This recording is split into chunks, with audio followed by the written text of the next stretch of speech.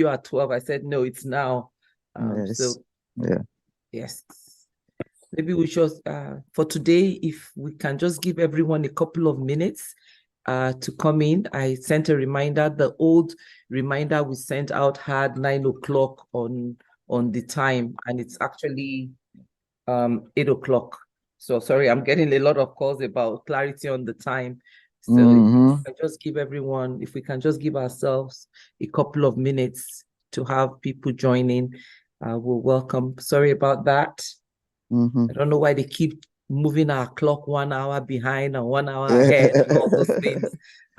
It's confusing and removing the balance. So inconvenient. It's inconvenient, yes. Yes. Yeah. So we'll get started in a minute or so. We usually start on the dot at 5 p.m. on the dot, but today, as I said, is a unique day.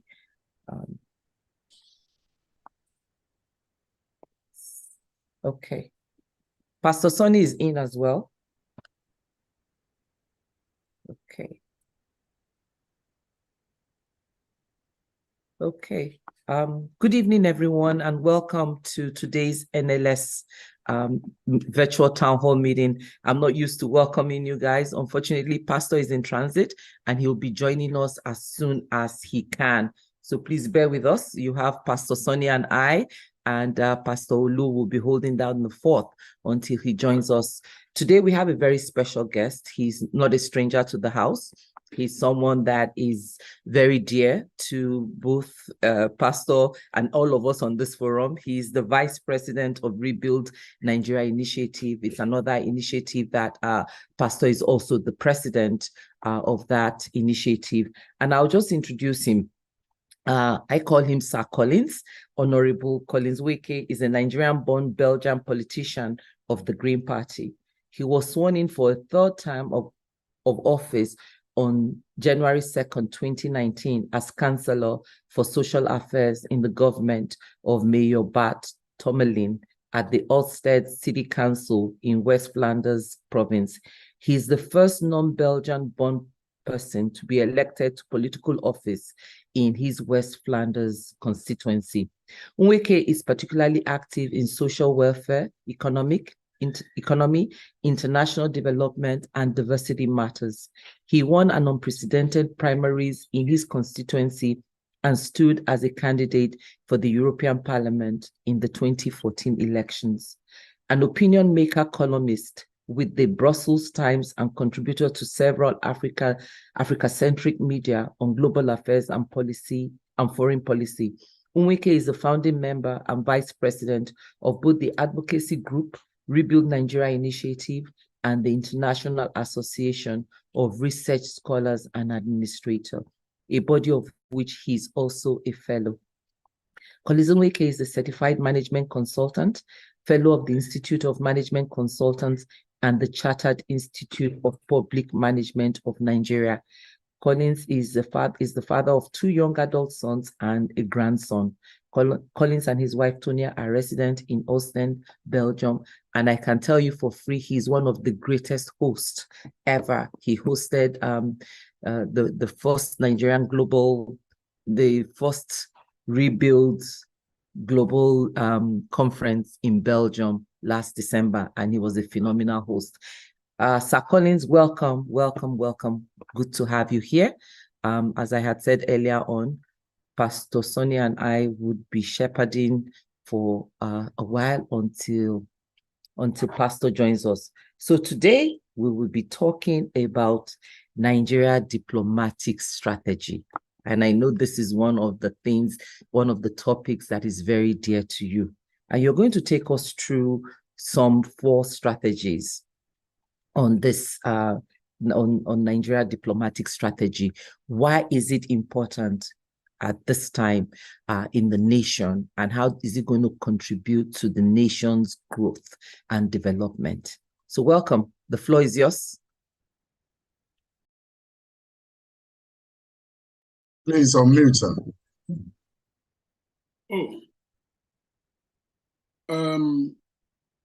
I'm actually, can you, am I being heard? Yeah, we can hear you. All right. Okay, good. So thank you. Thank you so very much, my sister Jumoke, for the introduction. But more importantly, also to Pastor Olu Victor for the invitation. I was very, very pleased with the flexibility that you demonstrated in the run-up to finding a mutually suitable moment for this interview, which I cherish so much. Yes, indeed. We are faced with a new government in Nigeria. Well, not so new. I mean, they've been in power for since the 29th of May. And as would be expected with every new, administration, they put forward what they want to do. They put it out to the public in terms of their policy, usually deriving from their manifesto, what they sold to the people as some sort of contract binding them and the country that they are leading. So President Bola Tinubu, in this regard, is not an exception. And so in the area of foreign policy diplomacy, his newly appointed Minister of Foreign Affairs, Ambassador Tuga, introduced what they called the Nigeria's 4D renewed foreign policy doctrine. Now, when you hear about this doctrine, you might immediately begin to think that, this is completely new, that they are taking Nigeria to a space that we hadn't been before. Not necessarily. As a matter of fact, I believe what they are trying to do with the foreign policy doctrine that they have churned out is actually to give their own specific accent to Nigeria's foreign policy. It is not a coincidence that one of the words in the new doctrine is renewed. That, of course, derives from the renewed hope agenda, the mantra on which they sought, the affirmation of Nigerians to lead. Now, I will pause here and give us just a very, very brief overview of, Nigeria's foreign policy up until now.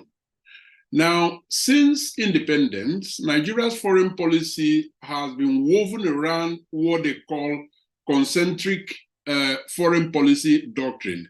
Broken down, that essentially means that Nigeria will concentrate on Africa as the main thrust of its foreign policy.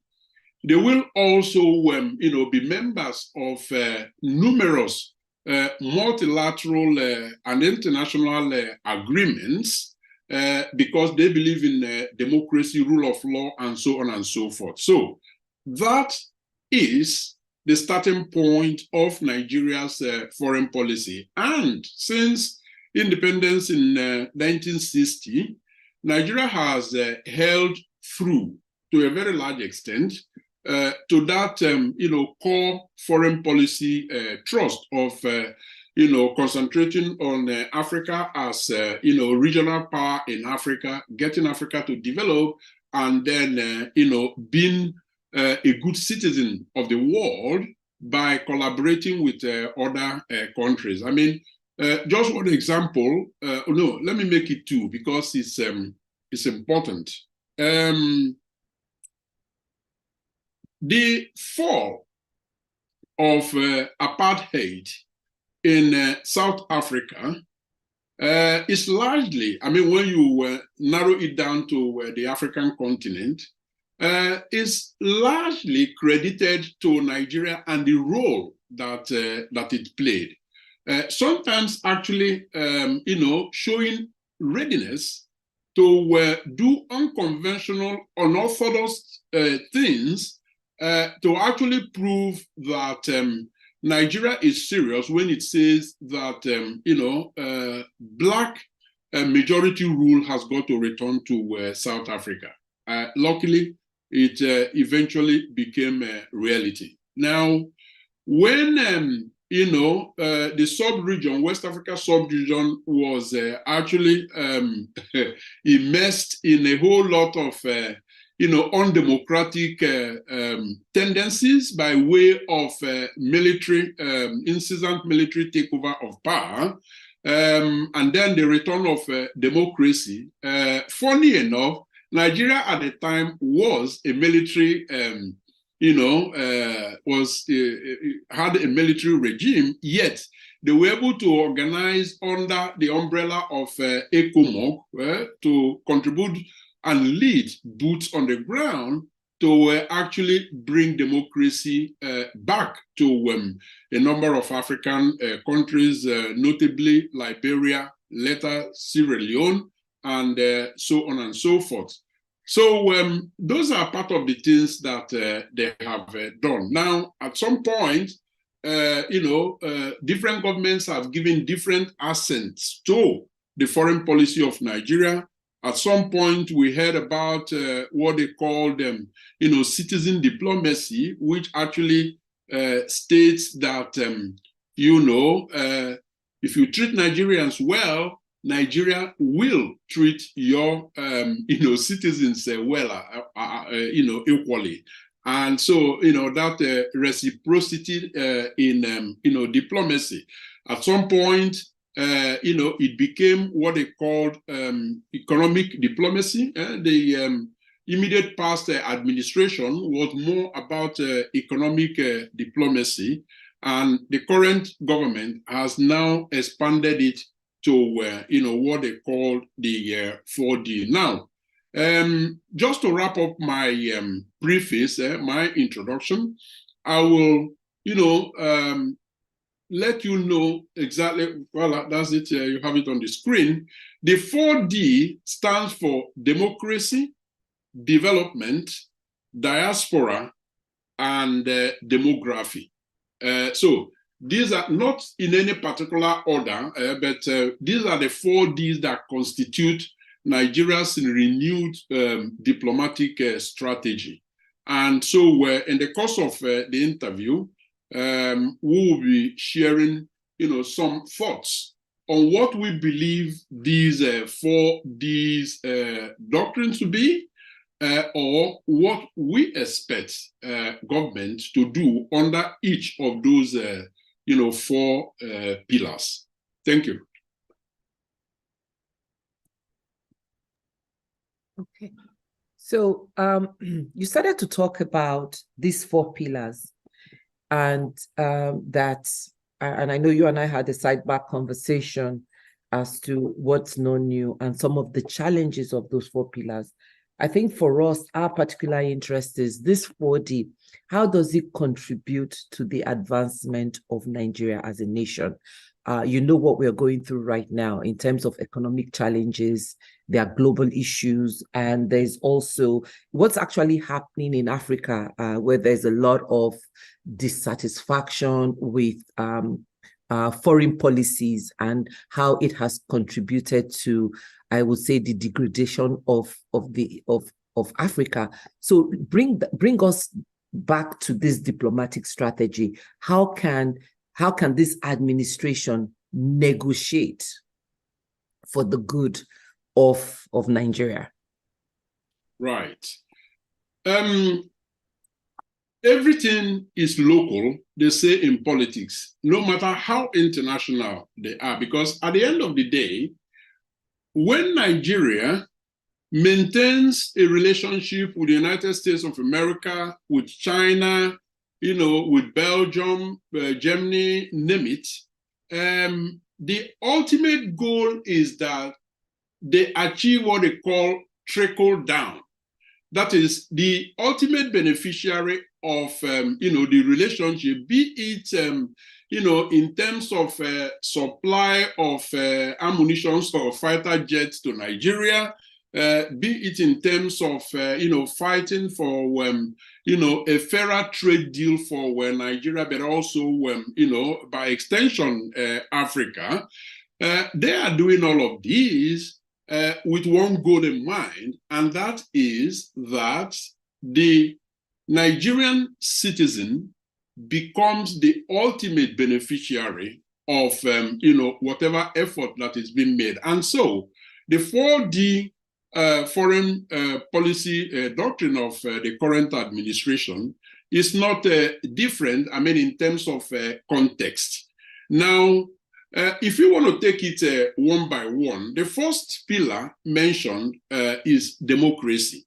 Now, it is rather a curious coincidence that as soon as President Tinubu assumed office, just before he could settle in, the spate of military takeover of power in Africa, particularly in the West Africa sub-region, actually, heightened. Now, he also doubles as, the chairman of the Economic Community of West African States, ECOWAS. And so he had to lead, the ECOWAS countries in actually making a statement and indeed tackling the incessant military takeover of power.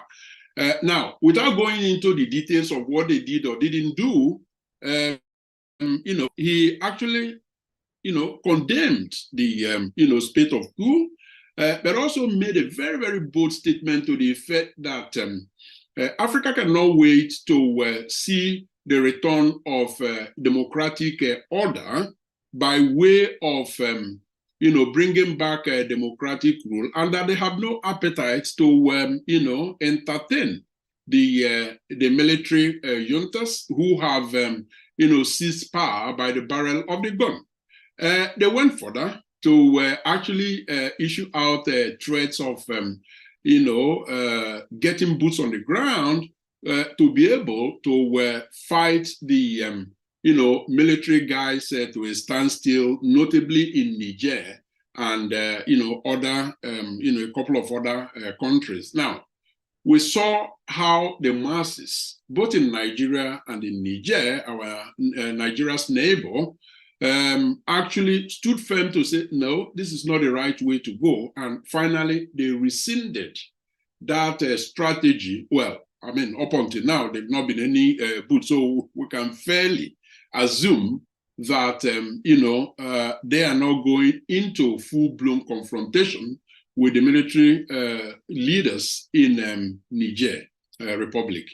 Now, that when they talk about democracy as one of the 4 pillars of Nigeria's foreign policy, they actually mean that it is important to promote democracy in Africa with a focus on Nigeria. In my part of Nigeria, there is a saying that if you want to be good outside, you've got to start being good from the inside. That is from your home. So, they are desirous of actually ensuring that democracy takes root in Nigeria, and then by leading by good example, transferring same to the rest of Africa, because they believe that this is very, very essential, evidently, for establishing stability and the protection of human rights. Now, when people say that you need, as a leader, to be 100% in order before you can venture out to tell people what they have to do and how they have to live their life. Yes, there is a bit of truth. Well, there is huge truth in that. Ideally, that is how it should be. But let us agree that we live in a world that is imperfect.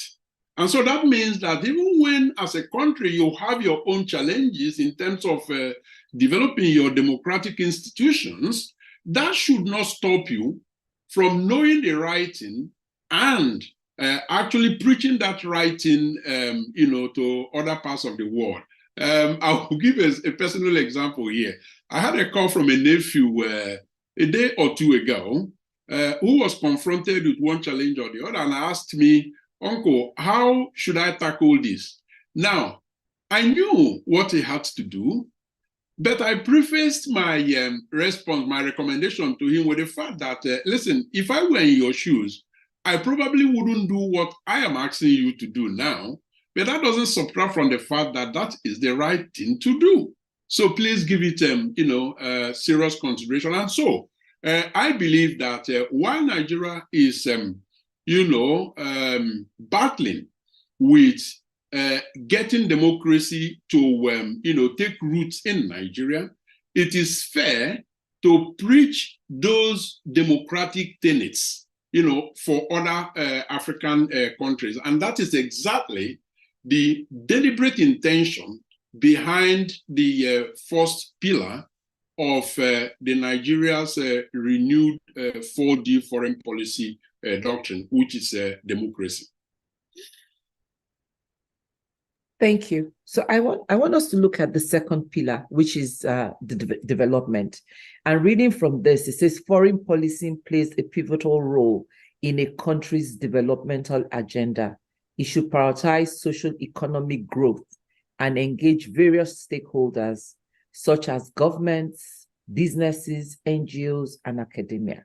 This multifaceted approach allows foreign policy to build partnership, facilitate trade and investment, and develop capacity for sustainable development. So anyone who is reading this kind of gets excited. It sounds good, it's great.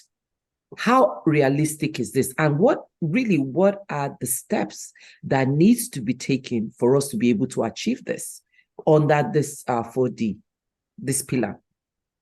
The pillar development, just like the other three, are aspirational goals. I mean, they are statement of intentions. One will expect, of course, that, in the course of the coming weeks or month, that, the government through the Minister of the Foreign Affairs will actually highlight the different action points that will enable them to achieve this goal under development and indeed the rest of the pillars. But from an analyst point of view, from an analyst perspective, essentially what the intention is behind this pillar is the fact that foreign policy has to ultimately trickle down to the common man in the country that is implementing the foreign policy. And so, under development, I believe that the intention here is, number one, to actually negotiate fair deals for Nigeria as far as trade is concerned. I will give one example, and maybe some of you will, recognize, the example in the region where you live. Out here in Belgium, where I am, the trade balance between Belgium and Nigeria tilts to the side of Belgium. So, which means that Belgium makes more money in their, trade relationship with Nigeria.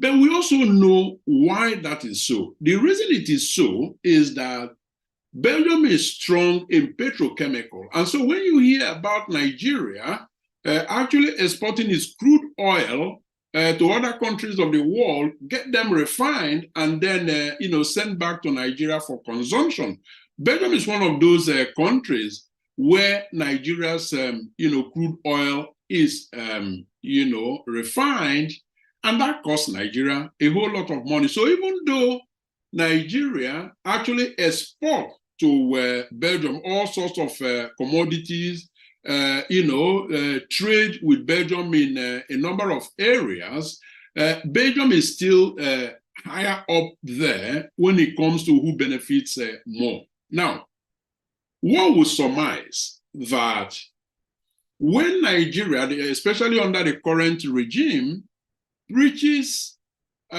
support for building of refineries and refurbishing existing comatose refineries in Nigeria, that the ultimate goal is for us to start refining our oil in Nigeria. And so that means that when that happens, the huge money being paid to Belgium for refining our oil will, remain in Nigeria, and then we can begin to see a balance in, the trade relationship between the two countries. Now, one will expect under development, and just I'll be doing this by way of example. So under development, this pillar development, one will expect that Nigeria will do everything and anything within international law to ensure that its diplomatic relationship with Belgium, as an example, is revolved around the best equitable way to achieve their goal of ensuring that we build our refineries, even if it means taking advantage of the capacity that Belgium has built over the years in the area of, oil refining, even if it means purchase of, technology and technical know-how, even if it means actually getting Belgians to, come in and transfer knowledge to Nigerians to be able to do that. They will begin to negotiate all that. And then some of the encumbrances that Nigerian traders, experience in importing raw materials, exporting raw materials to Belgium, and of course the wider EU, that Nigeria, through their ambassadors and the quality of these ambassadors that they send to represent Nigeria here, that there will be people who have the capacity to negotiate the best sort of deals for Nigeria, so that there is more clarity about packaging, about responding to all sorts of EU regulations, and to ease exports. But equally, we do know that Nigeria being an import-dependent country, that is, it has a very, very negative impact on the economy, that more production within Nigeria should be encouraged, so that rather than, exporting commodities, that the right policies will be put in place to ensure that at least some products are half processed in Nigeria. But that means, building industries. That means also creating jobs. So these are the intentions under the development pillar. And, one then hopes that the diplomats that Nigeria will be sending to these different countries where Nigeria has strategic interests will be people who have, provable and demonstrated competence in helping Nigeria to achieve this goal. So to round it up on that, I think it's a good start that Nigeria has a plan, because like the saying goes, if you fail to plan, you are planning to fail. And now that they have a plan, the next step would inevitably have to be that, there are round pegs in round holes in terms of the ambassadors that they send to represent Nigeria and to help in the achievement of these pillars. Thank you. I have one question before we move to the next pillar on this development. And I want to use our natural resources and using Niger as an example of uranium prices. During democracy, when they have a democratic government, uranium was being sold to France at, was it 80 cents or 80 cents, something? It was less than €1. And now that the military has taken over, they are offering the same uranium at 200 euros.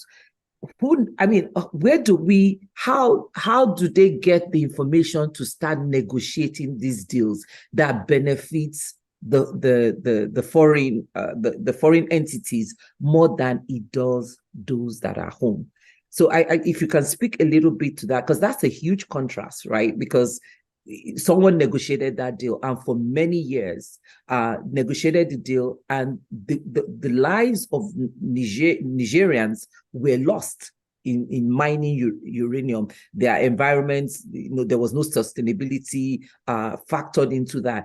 So what kind of information do those that negotiate these policies, what do they go to the table with? Is it just to benefit the foreign, I don't want to call them masters, but who are they working for when they are making these deals? I will begin by telling you who they ought not to work for. They ought not to work for anybody other than their country. But sadly, that is not the case. I think what we have been confronted with, over the decades in Africa is that there is an acute shortage or supply of patriotic, public functionaries who actually think not in terms of their individual benefit, but in the collective benefit of the country that they are meant to serve. Now, if you add that to the fact that in foreign policy, fairness is a bit of a far cry. It is a bit of a far cry because national interest, sadly, is what drives foreign policy. And so what that means essentially is that different countries, particularly the Western Alliance, will go for policies that benefit their country. It is their responsibility and indeed their obligation to look after themselves. And so oftentimes they do not get the matching negotiating power by the representatives of the African country. And so prices could be hacked. Could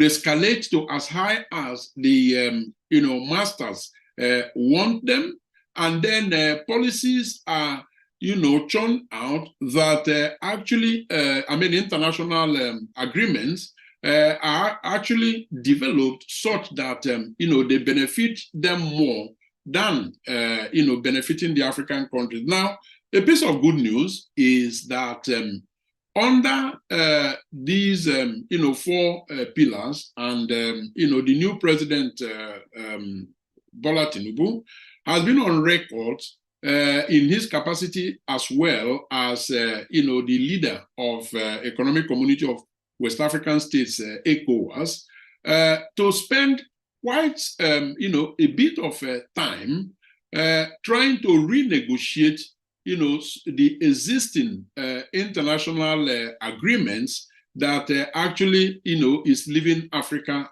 high and dry. So, answering your question directly, at the heart of these unfavorable, practices is corruption, lack of patriotism on the part of those that represent Africa. Those are the 2 major factors, and the expectation is that with this, statement of wish, this statement of good intention expressed in Nigeria's renewed diplomatic strategy, that, the goal is to address those and get them very well sorted out in the interest of Africa and Nigeria. Thank you. That's a good segue into Pillar 4, the diaspora engagement. And yes, diasporans are known for sending money, trying to reverse the brain drain, and all the other things that we're known for. But isn't this where the diasporans can actually engage their new, well, I don't want to call them host countries, because now they're adopted countries, to begin to advocate for better policies that benefit the home country? There are diasporans placed everywhere. You are in Belgium, for example, and you're highly placed there. What is the diasporans' role in this diplomatic policies that can help? I don't want to say put pressure on those countries to be fair, but maybe collaborate with the negotiators to present a more balanced policy. What is the role of the diasporans in trying to advocate that with their new homes, to make sure that Africans are not taken for a ride and the corrupt politicians do not continue to take advantage of the common masses? So I want you to speak a little bit on that. Yeah. Well, the Nigerian diaspora is not inventing anything new. They have been known to be aggressive in, defending Nigeria's interests.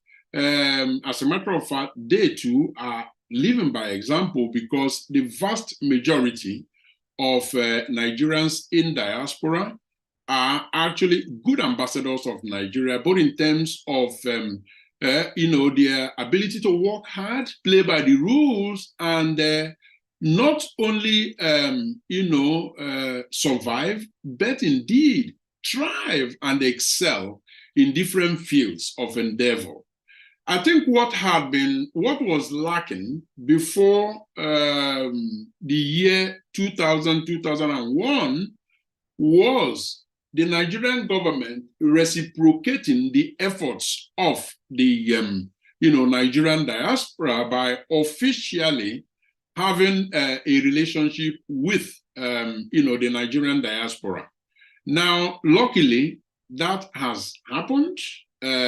President Olusegun Obasanjo ensured that there is a formal relationship between Nigeria as a government and its diaspora, with the establishment of Nigerians in Diaspora Organization, NIDO. That is the first cardinal tool that Nigerian government actually developed to formalize that relationship and get the best deal for Nigeria. Following up on that, NIDO actually worked hard to also establish what they call Nigerians in Diaspora Commission, a specific commission, short of a ministry for diaspora affairs like they have in countries like Senegal, Ghana. They have NITCOM, that's a commission of government of Nigeria, making it now two tools that are supposed to work collaboratively to, one, identify the value that the Nigerian diaspora bring to the table and represent, and then work in a symbiotic manner to actually put those values to work for Nigeria, for the benefit of Nigeria. Now, without being pessimistic, I would say that the second tool, which is NITCOM, short of press extravaganza and all sorts of PR activities, I do not believe that they have performed as expected when the commission was set up. One single example, and I will leave it at that, is the fact that more than, let's say, some 4 years after NIDCOM was established, it does not still have a board that works on policy, a board that exercises oversight function over the leadership. What they have at NIDCOM as of today is a one-man show, just the chairman, CEO, that oversees everything, not a single board that will actually be ensure that what they are doing is in keeping with their Establishment Act. And the diaspora was supposed to have a seat in that board. So with such a vacuum, what you find is that yes, in principle we have two tools, NIDO and NIDCOM, yet those tools have been made ineffective because they have not been established according to the Establishment Act. Now, this is not to say that NIDO as an entity can be completely exonerated. No, as an organization, a new one, just like any other one, they have their teaching problem, but the type of leadership within NIDO equally recognizes that there is a need for reform, but they are expecting, NIDCOM to show leadership and get it, done. So yes, two tools exist. One would then expect that with this renewed foreign policy strategy of the government and singling out diaspora as one of the pillars, it tells me a number of things. Number one is that, yes, there is heightened interest in the recognition of the fact that you cannot talk about accelerated development for Nigeria, excluding the role that the diaspora will play. So they have recognized that. It also tells me that they are now ready, willing, and hopefully able to take a closer look at what has been happening both within NIDO as an organization, but also within NIDCOM, to be able to reform things and ensure, for instance, pardon me, Jumoke, but I like to give example, and for reasons of brevity, I will always keep it at one example. Now, that example is, take for instance, in the ALG NLS, you get to develop flyers, websites, and so on and so forth. Now, to my understanding, that is done by creative IT guys in Nigeria. Now, some of us out here in diaspora have needs for such, technology work to be done for us now and again. We do have millions of technologically savvy young people in Nigeria who pass through universities or technical trainings but end up as gate men somewhere or Okada drivers. Now, one will hope that under this pillar of diaspora, that government will think of ways and means of what we call service export, because it is not only raw materials that you export services as well. And so when the table is very well organized, perhaps with the, in fact, inevitably with the facilitation of the embassies, Nigeria will have a clear policy on service export where teaming talented young Nigerians will not have to leave Nigeria, but providing their services from Nigeria to anywhere in the world, any foreign policy, beefing up our foreign reserve, but also making a living and indeed, taking care of, some of this restiveness that we see amongst, idle young people. This is just to give one example in terms of saying that the diaspora pillar could accommodate service export, where government plays an official role in ensuring that the talents we have in Nigeria, be it in music, be it in any other creative sector, could be meaningfully channeled to facilitate Nigeria's further development. Thank you. I'm going to stay clear, Naido, for reasons both you and I know, but I want to stay on diasporal engagement and their critical role in really advocating for policies that benefit their home country. That is something that I don't think Nigerians in diaspora have taken up. We're highly placed everywhere around the world. But in terms of really getting together to review policies, those foreign policies, those home countries that we're in, to review their policies, whether it's their trade agreement with the home country, to see, to identify those gap analysis and call out the foreign policies that continue to support and enable corruption. We have failed in doing that. And I think that is very critical because we are not going to be able to really change corruption without calling out those that enable corruption. And we diasporans haven't taken that up. In fact, I would say we have enabled it by, kowtowing to the politicians when they come. We go pick them at the airport, appear, do photo ops and all that.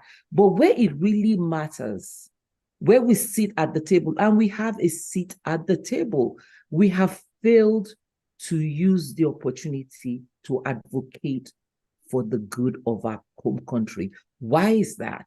I'm staying clear, NIDCOM and NIDO, because I personally think they're doing what they're supposed to be doing. You were in NIDO, we've seen that, but all these other Nigerians that have the ears of their government, of their adopted country's government, why have we failed to negotiate for the good of our country? Right. No, they haven't failed to negotiate for the good of their country. It is happening, but in small measure. What has to happen is a well-coordinated policy to scale it up, because that scale is what is going to make the impact. Again, I'm going to give an example. Today, United States of America and other Western powers are actually in competition on who to see to be given the highest support to Israel in the ongoing imbroglio with Hamas.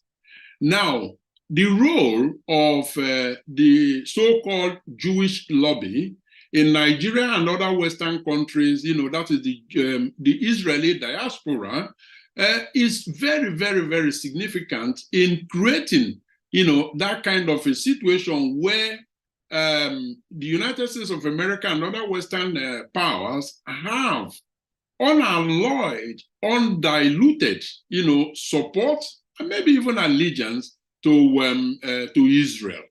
That is because there is a purposeful relationship, a symbiotic relationship between the Israeli diaspora and the government of Israel. One can hope that when the government of Nigeria now woke up and say that one of their foreign policy pillar, as from 2023, is going to be diaspora, that they will be making some study trip to, Tel Aviv, to Dublin, and I'm talking of, and even to Beijing. I'm talking of countries whose diaspora have continued to be a force to reckon with in terms of lobbying on behalf of their countries in, their adopted countries with active, intentional, and deliberate support of their government. It doesn't happen in a vacuum. At the moment, as far as Nigeria is concerned, it is happening in small measure, it is happening in vacuum, and that is why Nigeria is not feeling the impact. But it is doable. I agree with you totally, but it's got to be, better developed than it is happening now. Don't get me wrong. I am not saying that all Nigerians in diaspora are, shining examples of patriotism and, concern for Nigeria. That's not what I'm saying. Yes, there are those, whose actions and activities are inimical to the development of the country. But I believe that you could do one of two things. One is waste your time going after those people, talking about what they are doing, calling them out, and so on and so forth. Or you could decide to concentrate on the positives, that is, the right things that need to be done, continue doing those, encouraging government to, play their own role, and ultimately hope that, it will hold sway and things will begin to develop. The reality is that both are being done, but the buck stops with the government in terms of organizing the table. Okay, thank you. I'm not going to flog this issue, and we're going to move on. I'll probably hand over to Pastor Sonny, but I just have one more comment on this, and you know how I feel about diaspora engagement. In terms of calling the foreign policies out, it's not naming and shaming, but it's coming back to the place of negotiation, right? And putting your money where your mouth is. You are talking about how interested you are in democracy for Africa, how you are interested in eradicating poverty and sustainable development. You are saying all these things on one hand, yet you have policies that negate those things that you're saying on one hand. So what I'm saying is, we as the role of the diaspora is to really come to the table to say, here is what you have articulated. These are your goals for Africa's development. But here are your policies that counteract those talks or those goals that you have. How do we begin to make sure that it aligns? And that's what I mean by we haven't done that. We haven't been successful in doing that. To really, we go to all these UN events, we clap when they talk about all the great things they have, all the great plans they have for Africa in the next 5 years, and how they are going to support Africa, and the money goes somewhere. Money goes to for military, for arms. Yet Nigerians are killed every day by Boko Haram. They are still in IDP camp, and we don't ask questions to say, you gave 2 billion to support arms. Where did the arms go?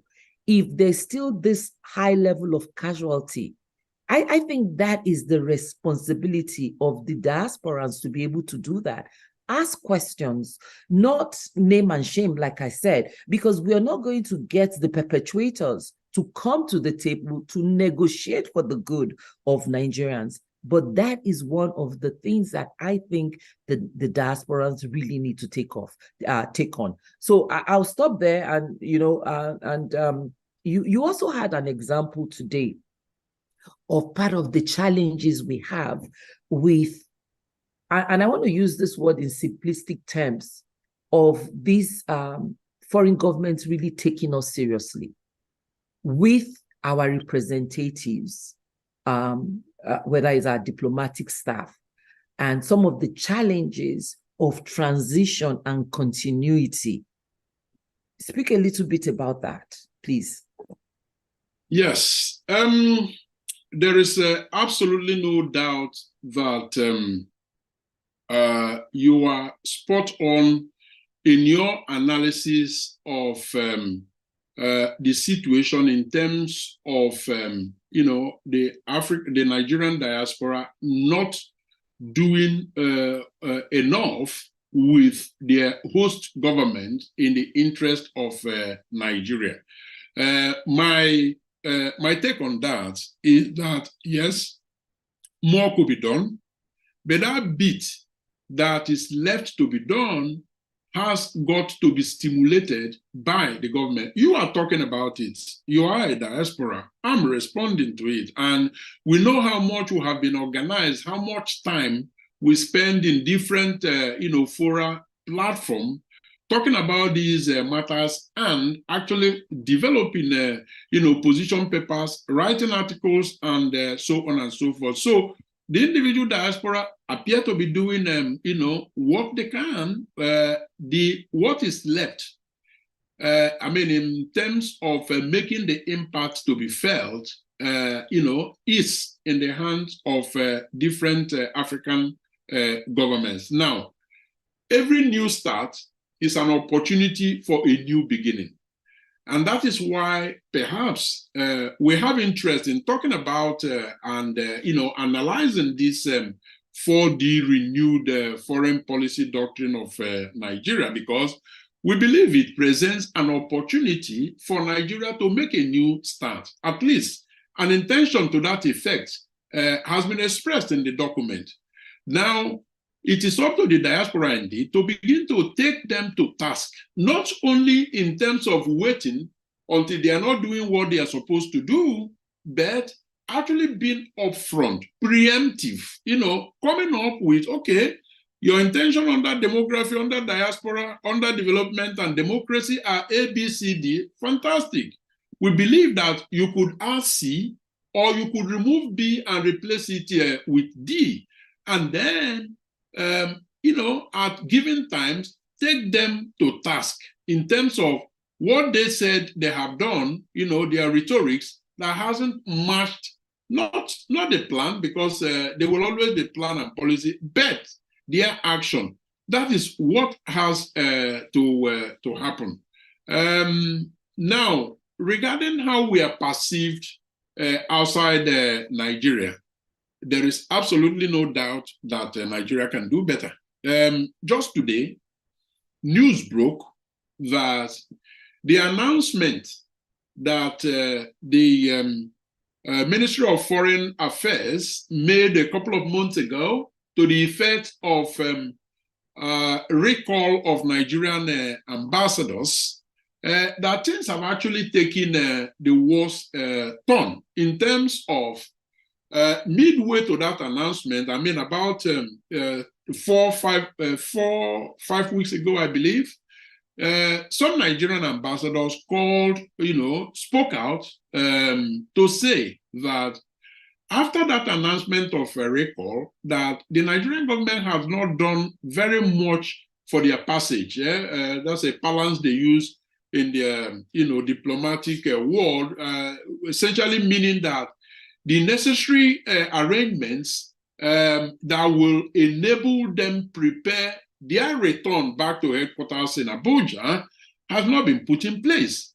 Of course, we're not even talking about their replacement, people who will come and take over from them, because it is very, very dangerous in policy formulation and policy implementation, in leadership generally, to create a vacuum. But Nigeria, is used to embassies, high commissions and consulate offices remaining idle, in terms of not having, an ambassador, but, a head of mission whose powers are, limited. So they cried out.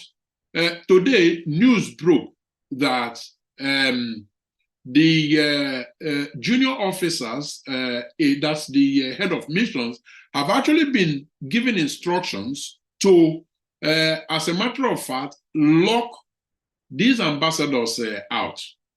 Now, just tell me how the foreign governments will, how seriously they will take Nigeria. Now, I don't have 100% confirmation that, this is actually the case, but it is in the news today, and one will hope that, the Ministry of Foreign Affairs or the media person of the presidency will address the matter, because the news is not hidden, it's everywhere, and Nigeria, by such action, is turning itself to a laughing stock that nobody takes seriously, and that is in sharp contrast to the 4D renewed foreign policy doctrine. So yeah, to that extent, I agree with you 101%.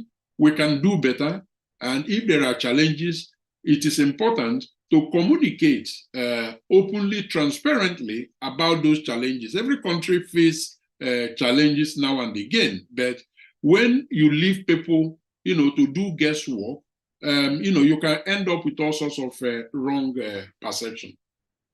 Thank you, sir. I really appreciate you. I'm not going to hog the space anymore. Pastor Sonny, do you have any questions before we take the hands that are up, before we open it up? Yeah, thank you very much, Mr. Wike. You've been doing, I've been listening very carefully. Now, diplomacy takes care of both nations, the interest of your people, their business, and what both countries stand to benefit from each other. What I want to find out is, we used to have in the various missions abroad, the military attaché or the defense attaché or whatever they call them, that takes care of such issues relating to defense and military, whatever they need in this country. And they also used to have commercial offices. If you wanted to do business in a certain country, you go. Do all those things still exist? If they do, to what extent? I know the world is more of a global village now, and internet and technology has sort of narrowed a lot of gap. To what extent do you think these things still exist? And how are we using it in our diplomatic efforts, to boost the economy of Nigeria? They do exist, to the best of my knowledge, because I've had the privilege of interacting with a number of, defense attachés in different embassies, immigration attachés, and so on and so forth.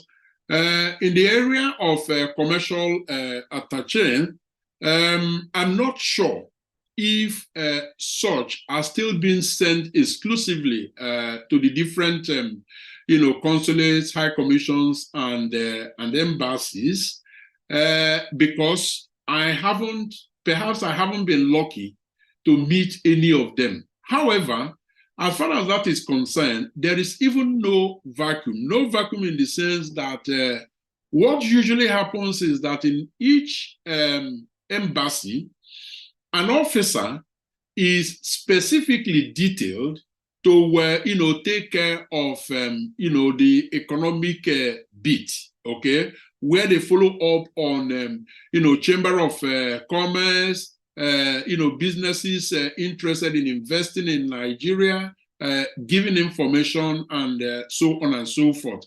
So the other issue, and I think that is the, the pivotal issue, is how effective are these officers in fulfilling their role? Another very, very critical question is the emerging thought that the Nigerian diaspora are actually very well placed in a number of areas. For instance, in the area of commerce, in the area of trade. Why wouldn't Nigeria, under this, pillar of diaspora, develop an official position that actually engages the Nigerian experts in different, countries of the world to play the role that, commercial attachés, as we used to know them, actually played in the past. So yes, military attachés are there. They are supposed to gather information on all sorts of things, innovation in the area of, military operations, technology, and so on and so forth, and use those to advise, the home government, back in Abuja. The extent to which, because mortals like me, of course, wouldn't be privy to what they do and how they do them, but yes, they exist. But the extent to which they are effective is a different kettle of fish. It is doubtful that they have been very, very effective. I mean, if you consider the menace that the country is in terms of insecurity and all of that. And so you ask yourself, how well have they performed? All right, thank you, Jumoke. You can take a few questions from the platform. Okay. Thank you very much. Welcome. Thank you. Sir Collins, how you doing so far? We have a few hands up. Please. So this is, I'm sure you're familiar with this. We take a group of questions together and then you answer them. So right now we have 4 hands up. So maybe we can do batches of 2. So we have Charles, not King Charles, because there's Charles and then there's King Charles. King Charles knows himself. So I'll call on Mr. Charles now to please go ahead and ask his question. Then I'll call on King Charles to also ask his question. Go ahead, sir. Mr. Charles. Good afternoon. It's a privilege to be part of this forum, and I've listened to the speaker very, very intensively. My questions are as follows, just 2 questions. I believe that the diasporans, especially those who are entrepreneurship minded, will actually be a faster way to develop Nigeria better, both from outside and inside. So my question number 1 is, in what ways are these entrepreneurship-minded diasporans are being supported to establish their businesses from outside to inside without all the hindrances and corrupt leading ways of challenges being thrown at their wheels inside Nigeria? That's question number 1. Question number 2, in what ways are those who are entrepreneurship minded internally are being supported to actually take their business global? And I'll give an example. For somebody just to export yams, tuber of yams from Nigeria, it takes more than 4 weeks. And if you ship it to Accra through vehicle, or even to Cotonou, you will get your produce in Europe within a week.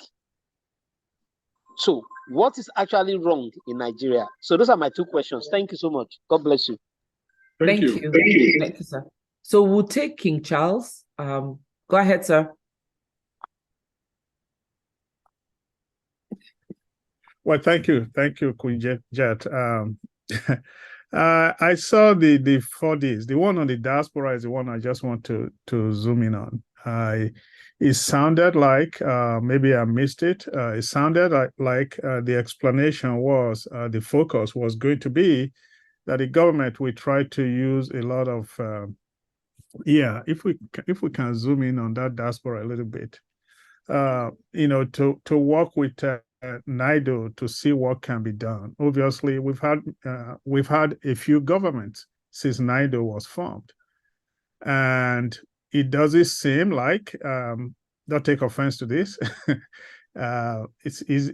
Monday morning quarterbacking is a lot easier to do than being on the field on Sunday. It appears that not a lot has been accomplished sincerely. And so given all the talents and the skills, the amount of talent we have in the diaspora, I don't know what specifically are they going to be doing now to make sure that the diaspora actually starts to show what it can bring to help the country develop. Because the resources are not limited to NIDO.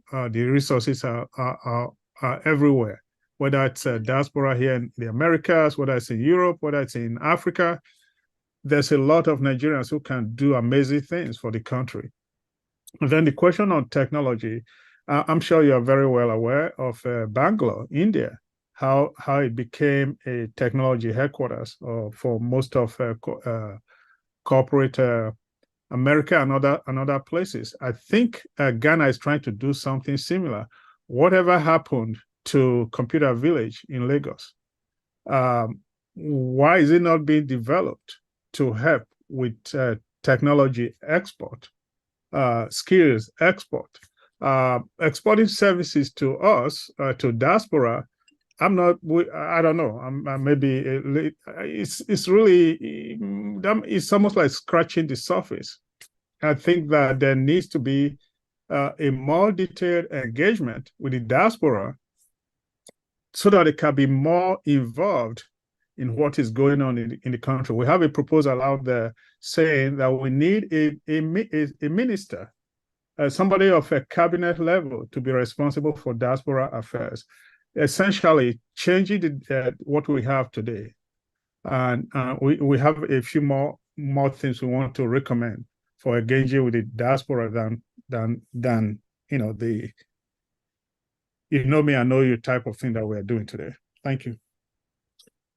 Thank you, Sir Collins. If you could take those two questions, and King Charles, that's where you come in with the diaspora engagement and having the outline of how that's going to work. So, Sir Collins, if you could take those two questions, and then we'll take the next 3 sets of questions. Yes, thank you. Sir. Thank you so much. The two Charleses, one being the king, the other one just being the commoner, perhaps. So, whichever the case may be, thank you for your very, very pointed questions. Now, I think to some extent there is an overlap in what you asked, but I will probably try to take all 4 of them independently. Charles talked about support for diaspora in a business setup. So that means Nigerians in diaspora interested in investing in Nigeria and getting government support to be able to do that. At this moment, I am not aware of any deliberate policy of government specific for diaspora, facilitating diaspora that are coming to set up business in Nigeria. Should it happen? Absolutely. Now, what I do know is that the lack of a specific policy has not deterred a number of diaspora in trade engagement with Nigeria. I mean, in this call, I think I have seen a message flash from Gani Dada, who is actually unrelented in actually promoting how the diaspora can engage in trade with Nigeria. A lot of opportunities that no opportunity coming out of the U.S. government that goes past him without him sharing it to the diaspora. But I guess the point that you are making, Charles, is the fact that if government has a deliberate policy that the scale will be higher than what it is today, because today it is just a scratch on the surface. So yes, I agree with you that just as we have tax incentives to stimulate foreign direct investors into Nigeria, that there could also be a number of instruments that could facilitate the diaspora in terms of accelerated decision to invest in Nigeria. I'm not aware, I may be wrong, but I'm not aware that such as of this moment exist. However, Nigerians in diaspora continue within their own limited space and resources to engage as far as trade is concerned with Nigeria. I mean, we hear of various trade missions that Nigerian diaspora lead to Nigeria, but we also know about the complaint that if things are not right in Nigeria, if our legal frameworks are weak, such that, investors who have, challenges are left high and dry. It is a de-incentive. It is not an incentive. It is a de-incentive for people to come and invest in Nigeria. The same thing affects the diaspora. So investment is investment, whether you are a diaspora or, a foreign direct investor. Your point is, the bottom line is to make a profit, and you have to measure your risk. So it's got to be an all of society affair instead in terms of Nigeria continuing to work on its weak points in terms of strengthening our ease of doing business, judicial intervention when there are kind of business conflicts and so on and so forth. And then you also talked about as number 2 question, support for trade within Nigeria. Well, that too remains an ongoing conversation, ongoing talk. There are huge scope for improvement in that area. And, for us, I think the point is continuing to, encourage government to continue to seize on every opportunity that comes, but also daring to, put forward suggestions, put forward proposal. And that brings me to the points that King Charles made. He talked about, and that was the second question, so I will begin from his last question, about the fact that, they have put forward a proposal which includes a full-fledged cabinet-level minister for diaspora affairs. I mean, there couldn't have been any other reason for such a proposal than the fact that you believe that it will be more efficient, it will be more effective to have a cabinet-level minister. That was actually the proposal that NIDO actually first made, that instead of a commission, Nigeria should actually be thinking of a full-fledged ministry. But when a commission was favored, okay, NIDO said, well, that's a start. Let us get started there, and then eventually, begin to talk of a full-fledged ministry. So it could still happen in the future. But I believe that we are confronted with even deeper problem, which is that even the commission itself is not operating on full capacity. So how can you be talking of, upscaling when the existing one is actually not operating on full capacity, and taking the diaspora, apart from a few friends here and there, taking the official body of diaspora partner in Nigerian partner in in the diaspora to work with. So get started from there, scale it up. Now, the second question or the first question that King Charles asked had to indeed do with the role of NIDO. Well, the role of NIDO is simple, and that is providing umbrella for developmental activities destination Nigeria from their host countries. Now, quite a number of things have happened.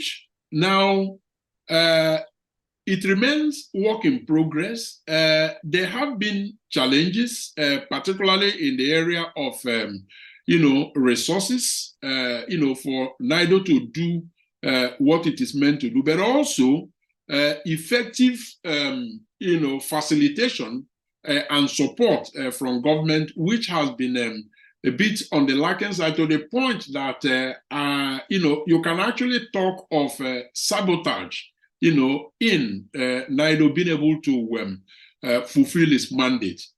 Is the organization due for some sort of reforms? Absolutely. There is anybody who within or outside NIDO, who denies the fact that the organization needs to be reformed now to be able to meet the current challenges and sharpen it as a policy tool. If the person is in denial, well, that is not being patriotic. And talking about it in the manner that I am doing is not unpatriotic either. It is about Nigeria and getting the best for it. I hope I've managed to cover the 4 questions between the 2 Charleses. Thank you. Yes, thank you. And I'm going to read a comment here that kind of in relations to the 2 questions. Thank you, King Charles, for your cogent and insightful questions and comments. True, we as a people must move from know me, I know you agenda. Objectivity, pragmatism, and honesty, cardinal principles we must adopt to move on to a great nation. That's from my brother, Dr. Nelson Aluya. So we are going to take the last 3 questions, and then we'll begin to close as I hand over to Pastor Sonny. We'll take Pastor Olu. Pastor Olu, please go ahead with your question. Okay, thank you so much, Sir Collins. Thank you for your presentation so far. My question, I have 2 questions. First, I would like to know what is Nigeria's foreign policy on air transportation, the regulations, and our bilateral relationship with other countries on air transportation.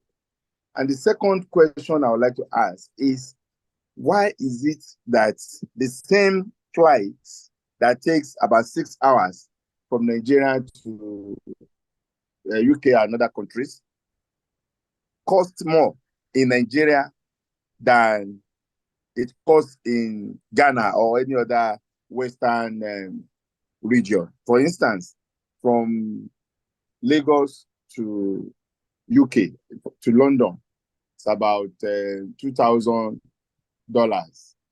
for economy, while in Ghana, it's about $800 for economy class. So I don't know, why is this disparity so high? And why also is it that some countries are not allowing our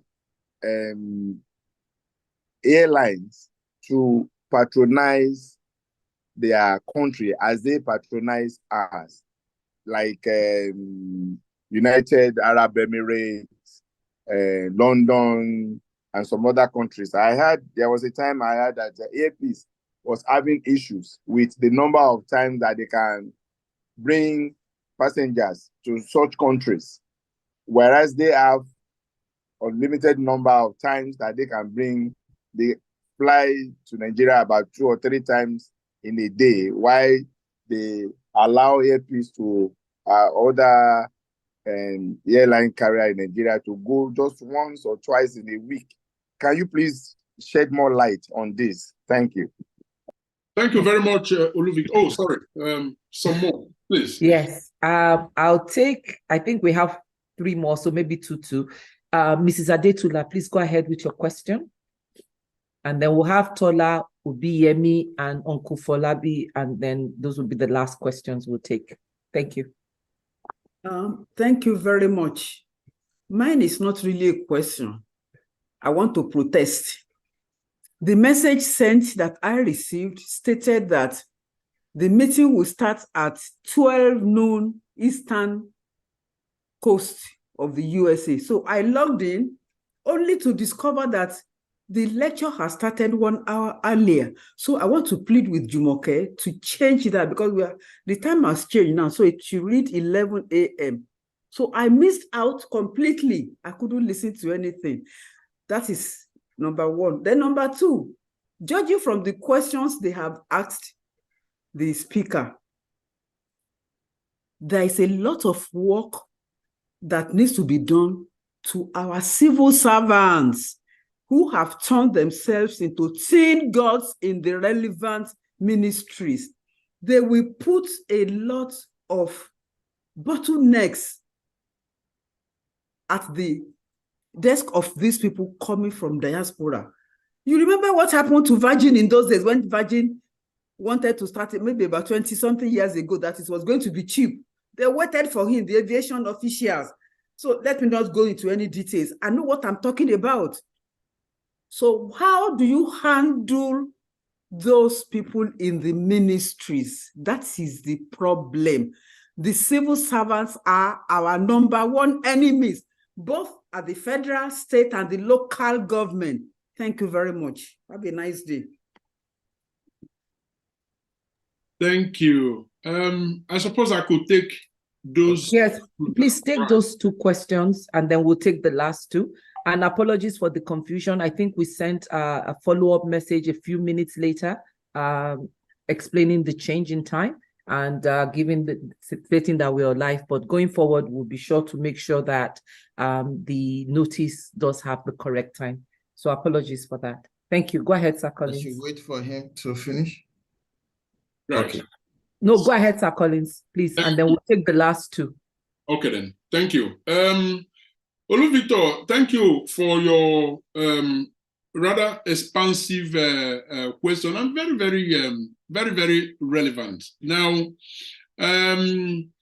I want to actually have a bit of encounter in regards to this aviation issue. I remember specifically when a certain Ambassador Uthman Baraya was our, ambassador out here in Belgium. One of his, signature projects that he actually poured his heart and soul on was to ensure that there is a direct flight from Brussels to Lagos and or Abuja.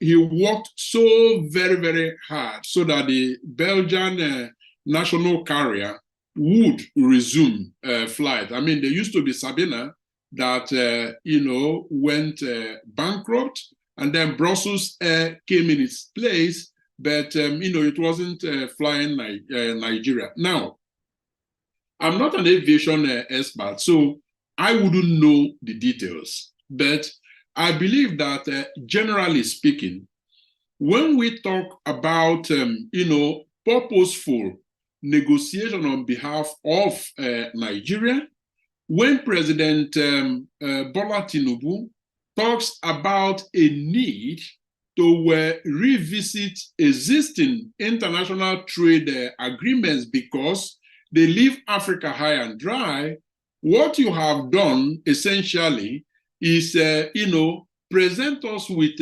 example of areas where this is having an impact on Africa, on Nigeria, going by the example that you gave regarding aviation. Now, again, as that eternal optimist, I want to hope that when Mr. Kiamu, the new, Minister for Aviation, spoke to Nigerians recently and said that he is reviewing existing agreements and protocols that he will ensure, not only domestically, because I believe that there have been, one or two minor accomplishments in negotiations, let me put at that, because I don't know what exactly has been accomplished in terms of getting airlines to take responsibility when flights are delayed or canceled. So he has made us believe that similar negotiations are ongoing in terms of visiting or revisiting international agreements and protocols in the aviation sector that is making flying to Nigeria, or not even flying at all to Nigeria, problematic. So, excuse me. So the expectation is that those issues, the disparity, for instance, flying Accra, London, flying Lagos, London, the disparity of $1,200 is humongous, and I don't know any explanation that anybody can offer to any of us to justify such a disparity. So one can only hope that those negotiations will take care of those, and that indeed the right ambassadors are actually sent to some of these missions, some of these countries where some of these things are happening, and some of the institutions. Okay, Nigeria has an ambassador to the World Trade Organization. You know that the new set of ambassadors they will send are people that know their onions and are really, really vast in negotiating in Nigeria's best interest. Tola had a question about our civil servants being tin gods. I don't know anybody that can disagree with that assessment. We all experience it, okay? And the point is that when Dr. Aluya also talked about, moving away from this, man, no man, practice, that's exactly the point that, he is alluding to. It has been a problem. It remains a problem. The expectation, of course, is that it stops being a problem, that there are universal operating, directives that hold people also accountable when, they fail to deliver, and that people also, whistleblowers, are encouraged, to report obnoxious practices, and that, the government will begin to take those complaints more seriously. But much more importantly, that our civil servants are retrained in the area of service delivery, in the area of integrity, and being purposeful with their job. So it's not going to be, one solution. It is going to be multiple solutions, multiple efforts being put together to, actually activate the change that is required. Thank you. And just clarification, that was Mrs. Adetula that asked that question. So we are going to take Bola and Uncle Afolabi. And I also want to put a shameless plug in here for our Citizens Responsibility course. It's one of the things we want to do is train civil service and just those that are public service, those in public service on their on core values, and on their also responsibility, on integrity, on ethical and accountable leadership. So that's part of the things that will be rolling out. So if you know any public civil service commission that is interested in that or that we can work with, please let us know. And then we'll take the last two questions and then we'll begin to close. I'm going to ask Tola Obiyemi. I'm sorry, I'm not sure if you are a Mr. or a Mrs. Just have your name. Okay, Mr. Tola Obiyemi, and then Uncle Afolabi will take those two, and then we'll begin to close. Thank you so much. Thank you, sir. Thank you, sir. So I'm interested in the refinery you talk about because you made mention of Belgium and one of the countries that we export and now. I just want to ask very few, I think 2 questions. Mr. Taiwo Oyedele, the Presidential Committee on tax policy, said that we should not be hopeful about anything good coming out of refinery if at all it's going to come up in December, as stated by the government. If they don't put some things in place, nothing good is going to come out of it. Like, it's just going to be another waste of money after spending 10 trillion for how many years and we didn't get anything from it. And you made mention about refinery and Nigeria getting it right and all. Do you think that, sincerely speaking, do you think that this refinery they are talking about, especially the Port Harcourt one, is going to come up in January, or sorry, in December, or let's say first quarter next year? I'm really interested in knowing the true position, if at all is going to come up. 2, Dangote refinery. some people say that is a joke, that it's not going to come out it's not going to start operation anytime soon, maybe 2025. Is it true or not? Because we are very hopeful that a lot of things will come up in Nigeria after Dangote refinery, power will come up, a lot of things the economy will be so booming and all that. So I really just want to know your opinion, if you have insight information to this particular place. Then like what you mentioned about aviation, I read it somewhere that the tax we charge most of these aviation guys is a cost of increase in price. We charge them a lot of charges on aviation in Nigeria. So they said it's our own problem, not their problem. It's what we put to their table. That's why they give us high bills. That's what I read from a very reliable source. Then 3, we are building something in Nigeria. I'm part of the team. It's called the EduTech City, where we take pupils from primary school to secondary school. They enter the city, the physical infrastructure. They enter the city and they can learn all the programming, robotics, artificial intelligence, that in the next 9 months to 3 years, they will be employable anywhere in the world. They can give back to Microsoft, they can work in Amazon, and that will drastically reduce unemployment. I'm part of the team, and the back end, we are really working on that, and we want to have the centers in major cities in Nigeria, Lagos, Port Harcourt, Abuja, and Kano. It's going to cost us billions. We are attracting funds too, but I'm just saying that there is hope in the country, because we're going back to the grassroots to catch them young, and just to illustrate what you said earlier about we exporting services to other parts of the world. So we are actually working on that. Thank you. Thank you. Thank you very much. And then I'll have Uncle Afolabi. Please go ahead with your question. And Sir Collins, you can take those questions and along with your closing remark as well. Yeah. Good evening. Mine are just basically not questions, but observations. One is on the industry, aviation industry. And the last gentleman touched on it. Our pricing of ticketing is not only because of taxes, it's also we have one of the largest landing fees in the world for airplanes landing in Nigeria, and also airplanes coming into Nigerian airspace, what we charge, amongst the largest in the world.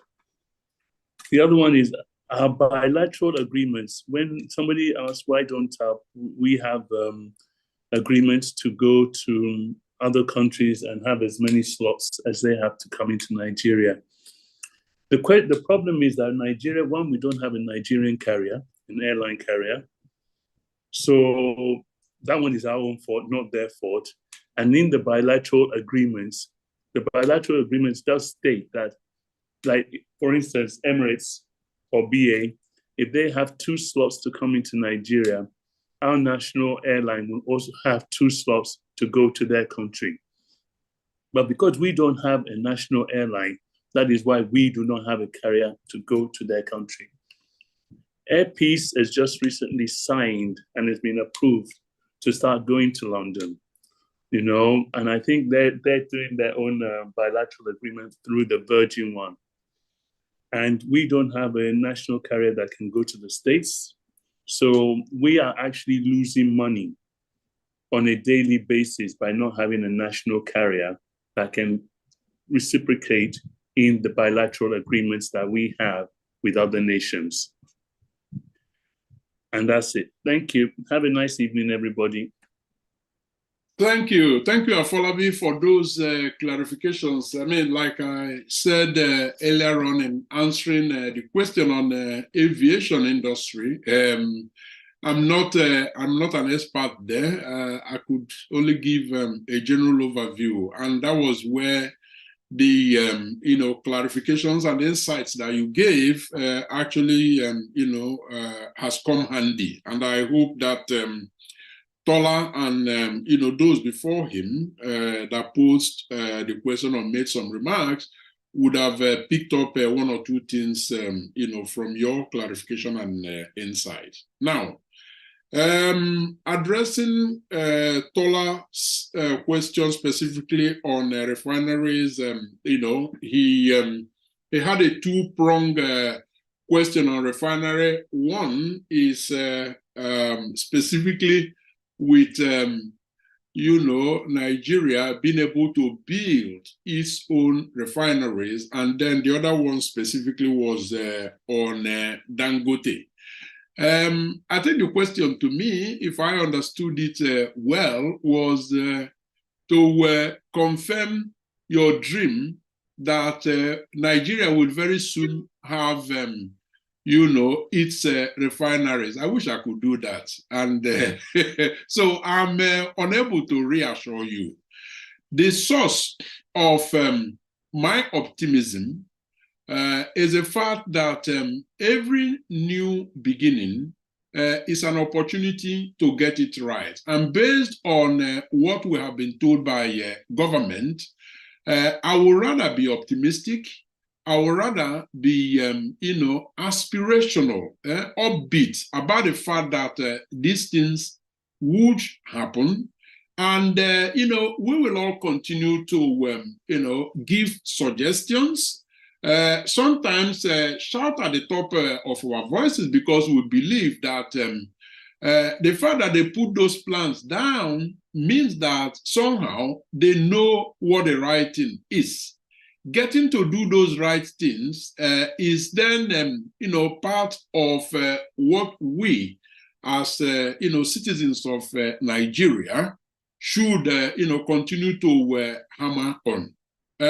Now, just to, put a bit of flesh to that abstract, I would say that yes, a bird passed by and whispered to me that Belgium may not be entirely happy about the prospect of Nigeria actually establishing its own refinery, because what that means is that,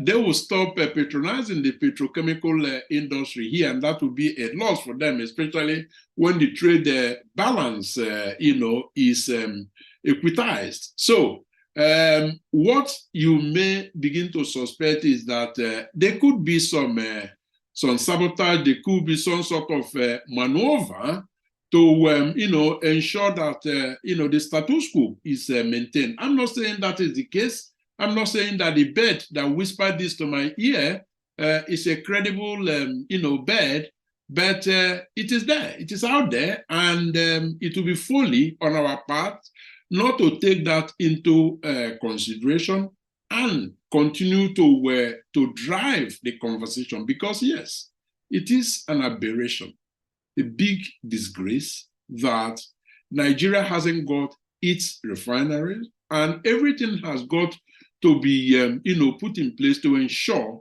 that it ultimately does, especially having spent the sort of resources that have been spent so far. So, sorry, Tola, I cannot reassure you. I cannot beat my chest to the fact that either Dangote nor, getting the cooperation of Belgium to be able to establish our own refineries, that these are foregone conclusions.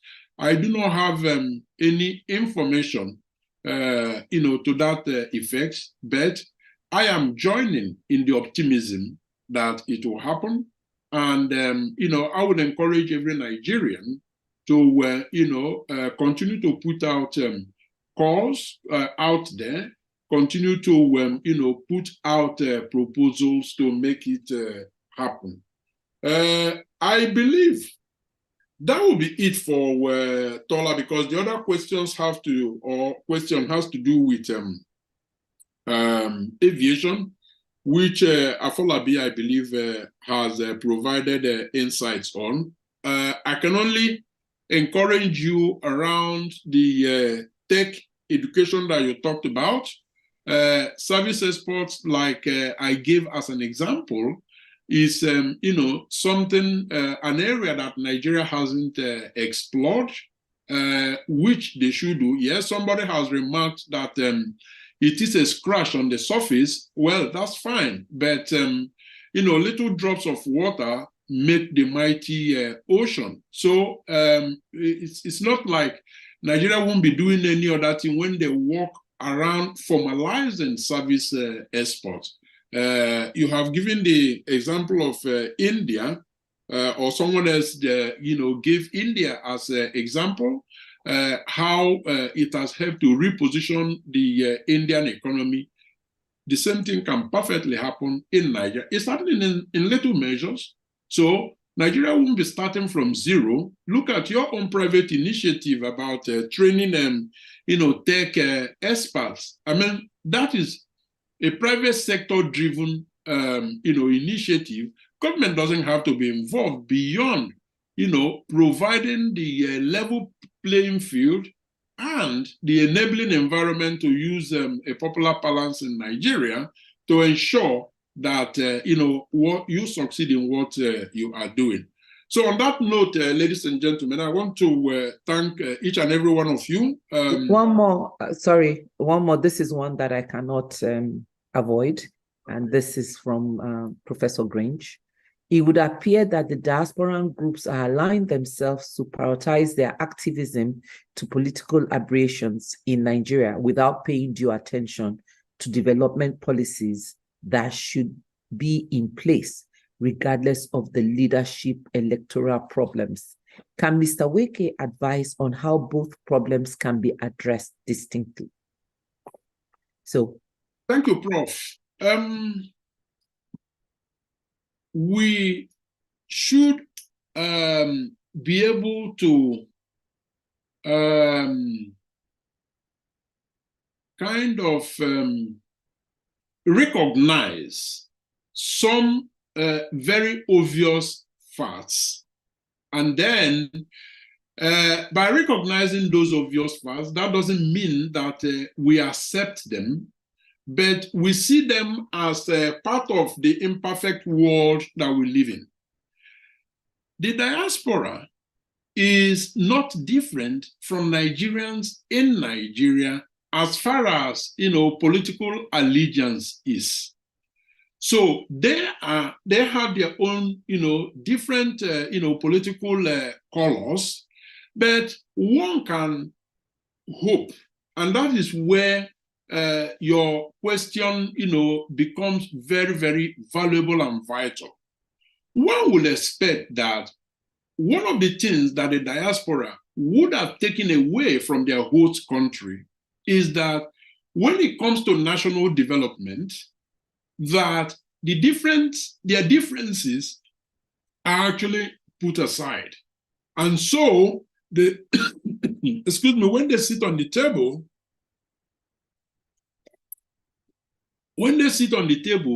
the issue right in front of them is what is best for Nigeria, irrespective of the your political leaning.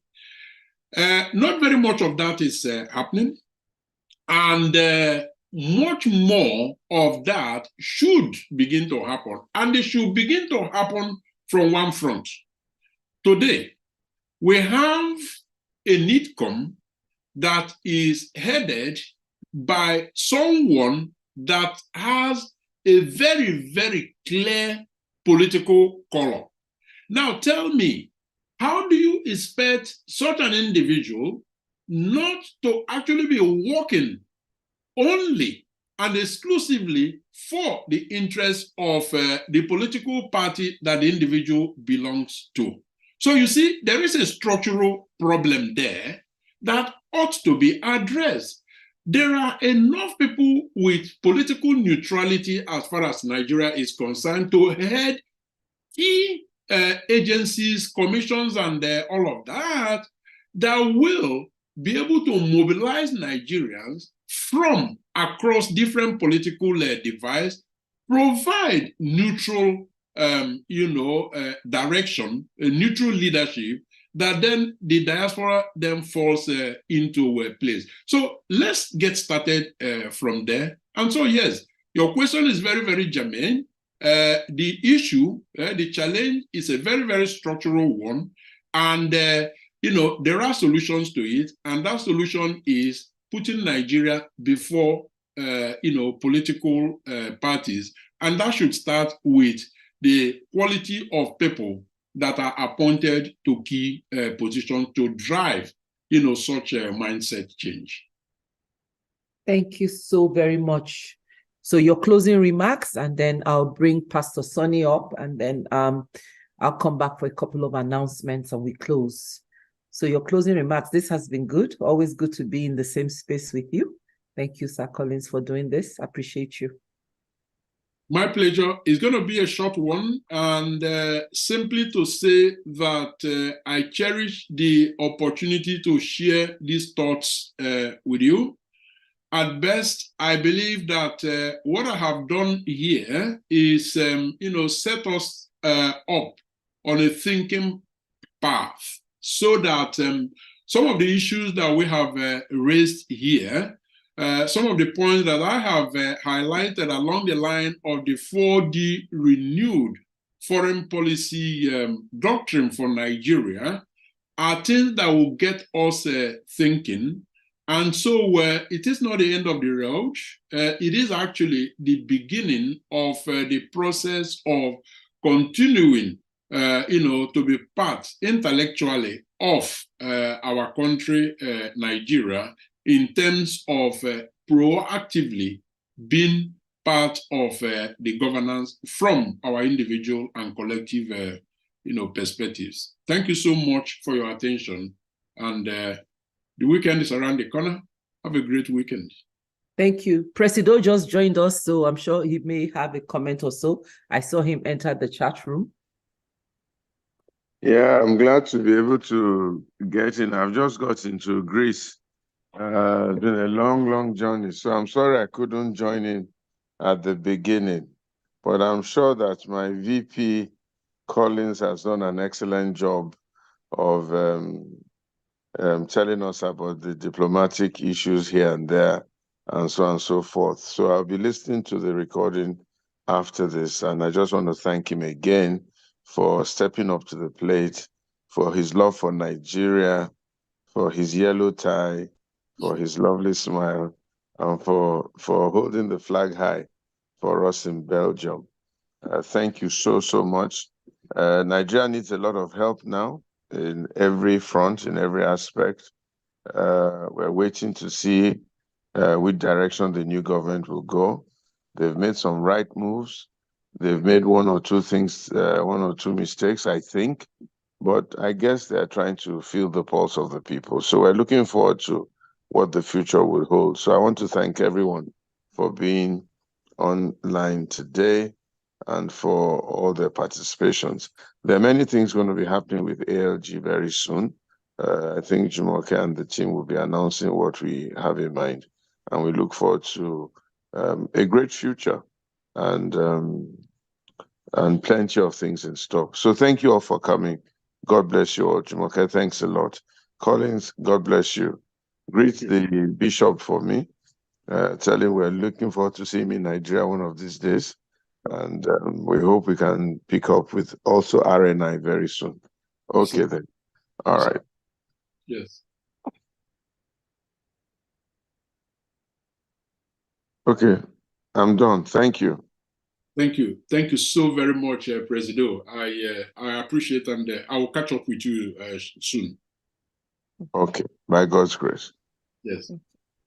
So I just want to also put a plug in for the Tri-Africa Foundation Feed a Neighbor, Feed a Nation food drive. And so this is two-part with everything that is going on. It's also a message of love. It's a message of support. Us really coming together as Nigerians to support each other through the food crisis. Economic crisis is a global issue. So this is a campaign that is ongoing, and we're planning to have this distribution January in the 6 geopolitical zones across Nigeria. We want to reach as many people. We initially started off with 1,000 families, but we're daring to believe that we can reach more people. Thank you to all those that have contributed so far. The funds are coming in, and we're very grateful for your support, and we're looking forward to having more participation, especially from those in the diaspora. We also want to send a message that is not just the politicians that can come and offer you 5 grains of rice for your vote, but this is also part of our responsibility to each other, to take care of each other. So this food drive is going on. There are ways that you can donate. For those of you in the US, we're a 501c3, yay. So that means you're tax exempt. And you can claim this as a deduction. I'll be sharing this, I'll be posting this online. We have a GTB Bank account, and then we have Zelle, US Zelle. And for those of you in UK, you can contact our UK representative, Mrs.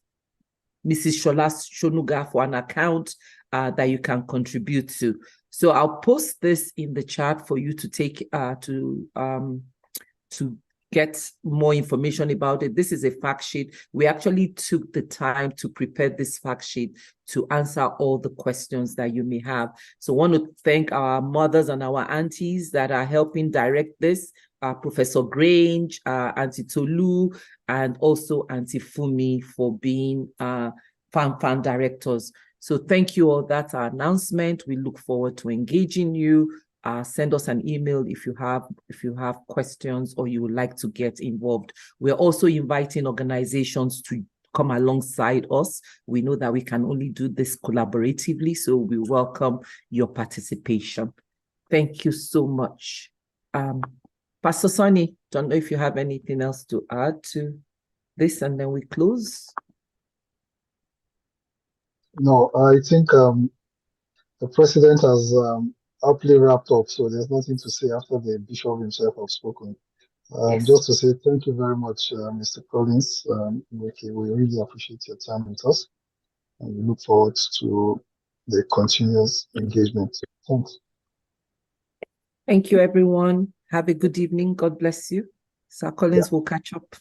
Yes. Bye-bye. Excuse me, Jumoke, when did you start American time? When did you start? 8 o'clock. Sorry, we've moved. Sorry, it's still Nigerian time, but it's now, I believe, for me, 11 a.m. your time. 11 a.m. Okay, yeah, I see. Yeah, I'm just because of the time for difference. the East Coast, it's going to be 11 a.m. 11 a.m. your time. Yes. So I thought you just started. Okay, thank you. No.